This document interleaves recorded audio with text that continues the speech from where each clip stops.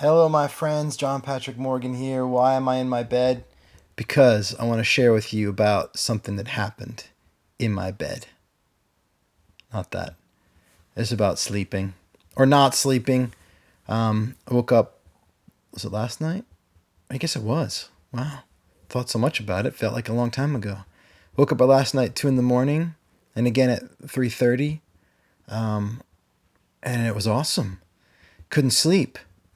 And, when I wake up in the middle of the night and then I can't get back to sleep, I do have that thought of like, oh no, I can't get back to sleep. But I catch it now because I have something that I believe about waking up in the middle of the night that makes it no longer a problem and very, very exciting.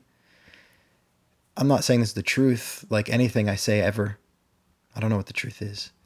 But it's an idea that since taking it on has, number one, made waking up at night and not being able to sleep an exciting experience.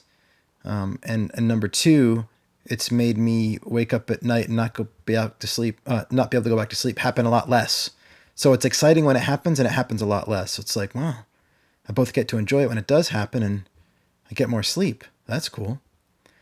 So I wake up in the middle of the night and I have this belief now, this idea that I've created that if I'm waking up in the middle of the night, unless I'm sick or something, like if I'm just waking up and I don't know why, it's because there's something going on beneath the surface of my consciousness, outside of my awareness, that my mind is trying to assimilate. And it's like, dude, I need your consciousness.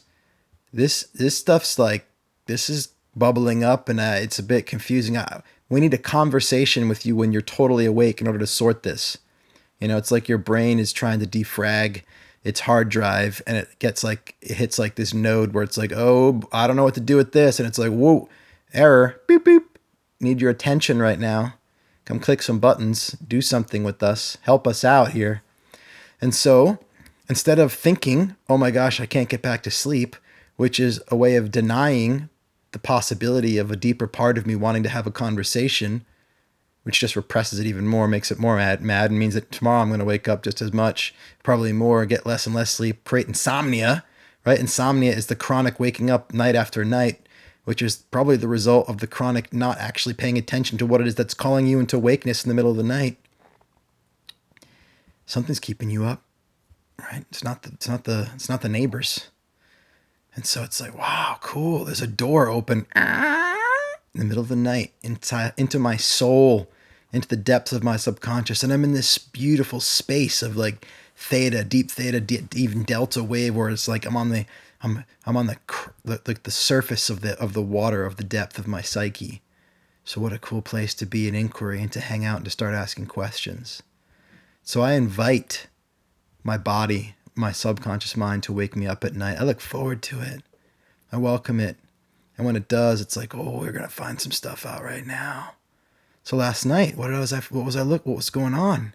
At 2:00, I didn't wake up enough to really get it. I just woke up enough to be like, oh no, I'm not sleeping, and try and get back to sleep. And then I fell asleep. But then at 3:30, I was like, poof, uh-oh, whoa, he's not done yet. Something needs to be seen here.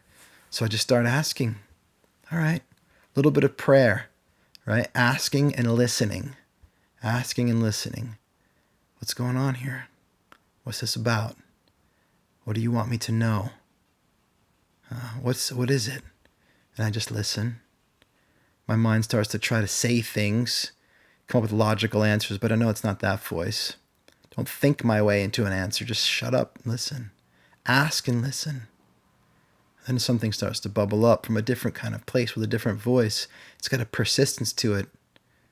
And maybe I even try to rationalize it away, be like, no, that couldn't be it. And that's what happened. It was like, oh, you're actually afraid to die. I'm like, fuck, that's stupid. That's silly. I'm okay with dying. Logically, I know I'm not going to die.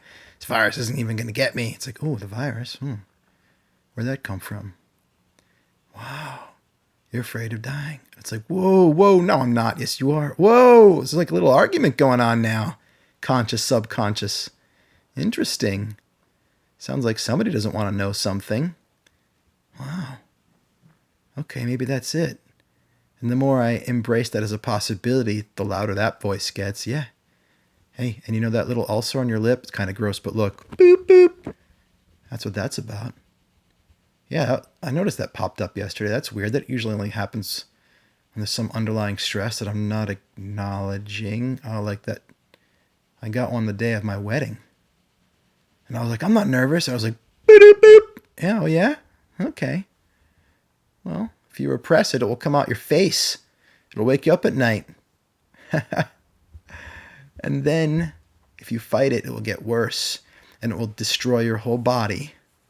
So it's like when I get these things, I get an ulcer maybe once a year. Sometimes every couple of years. On my lip. It's like, ooh, wow. How long have I been pushing that out of my mind? I was so sure. But then as soon as I saw it, it was like, yo, yep, I guess that's it. And then this morning, got up like an hour later, stayed in bed till 4:30, got up, journaling, meditating, inquiring, looking at it. It's like, yep. And to start creating a new relationship with it. The conscious acceptance, the allowing in my heart and my mind that dying is something that I'm afraid of is what gives me access to the grieving, to the loss, to the hurt, to the possibility.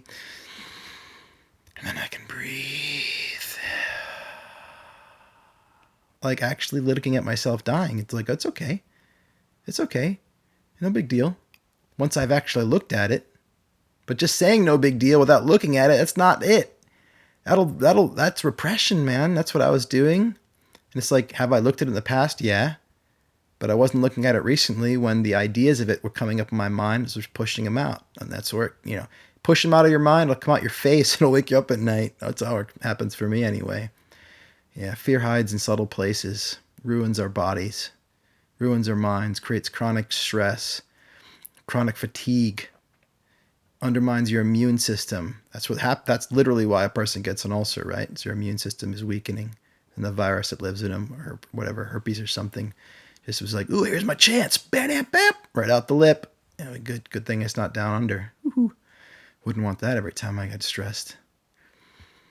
Yeah. So, I don't know how I ended up talking about herpes. Well, I do know, but it's just kind of weird. What I really wanted to talk about was waking up at night. You can't sleep. What a gift. It's a doorway to who you really are, to what's really going on for you. Anyway, if you've got insomnia, I hope you can welcome it. I hope you can see that it's just an opening to knowing yourself more deeply. If you'd like help finding who that person is and getting some sleep, send me a message. Let's talk. A conversation with me about that will help you see things in ways that will give you access to new possibilities, create freedom, create love, have more power to make a difference in your life and your world. I do that for a year with my clients in Creator Circle. I do that in one-off conversation with people who are interested. If that's you, I'd love to speak. If not, I'm just so happy you're here. All right, much love. Get some sleep. Bye-bye.